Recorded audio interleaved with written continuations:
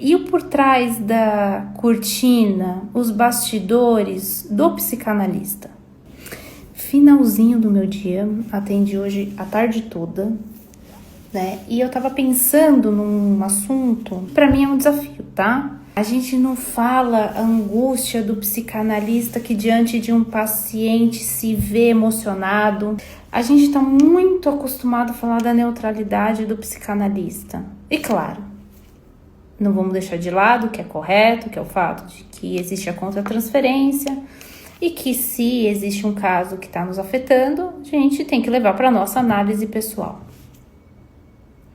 Mas às vezes a gente se pega se julgando muito, principalmente no início da nossa clínica, quando a gente ouve algo do nosso analisando e se sente feliz. Quando a gente fica emocionado junto com o paciente. Eu acho que quando a gente começa a estudar psicanálise, lá no início, aquela psicanálise mais rígida, aquela psicanálise mais teórica, a gente via esse movimento de um afastamento muito grande e falta do discurso, né, dos afetos dos psicanalistas.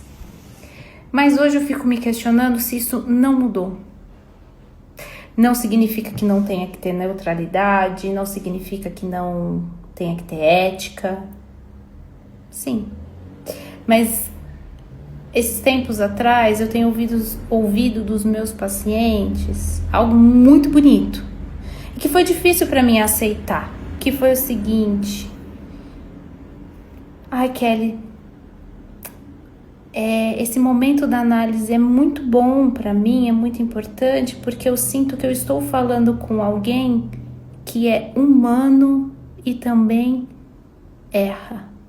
Eu fiquei muito incomodada quando eu ouvi pela primeira vez. Eu fiquei me questionando se eu tinha feito algo de errado, se eu tinha dito algo de errado, se eu tinha passado do limite, se eu tinha me aproximado demais do paciente, se eu tinha invadido o espaço dele. Com o tempo eu comecei a me questionar e achar interessante, muito válido, que a gente tem que pensar nessa contemporaneidade, no mundo das telas, no mundo das redes sociais, no mundo da medicalização. Se a gente é analista, não se permitir levar um pedaço que seja do que é humano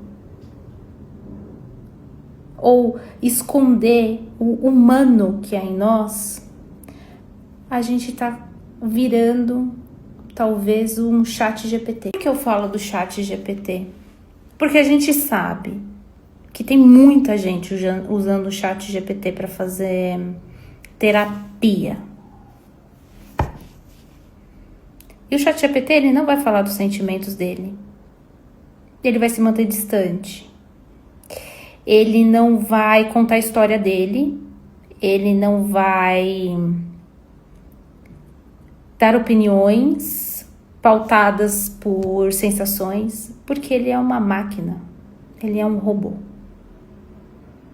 Eu começo a repensar a clínica e hoje eu vi um vídeo de uma psicanalista que eu respeito muito, que fala de um assunto muito difícil como o suicídio, falando com as pessoas enquanto ela lavava louça.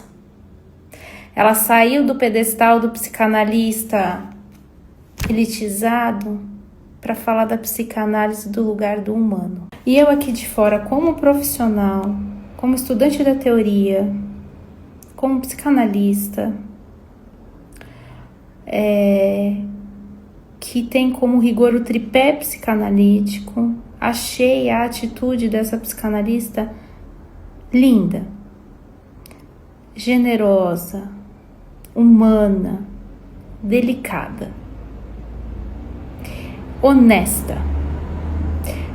Talvez a gente precise começar a repensar o nosso lugar no setting e começar a humanizar um pouco mais ele. Porque em tempos de afastamentos vazios, o que mais está nos faltando é o ser humano.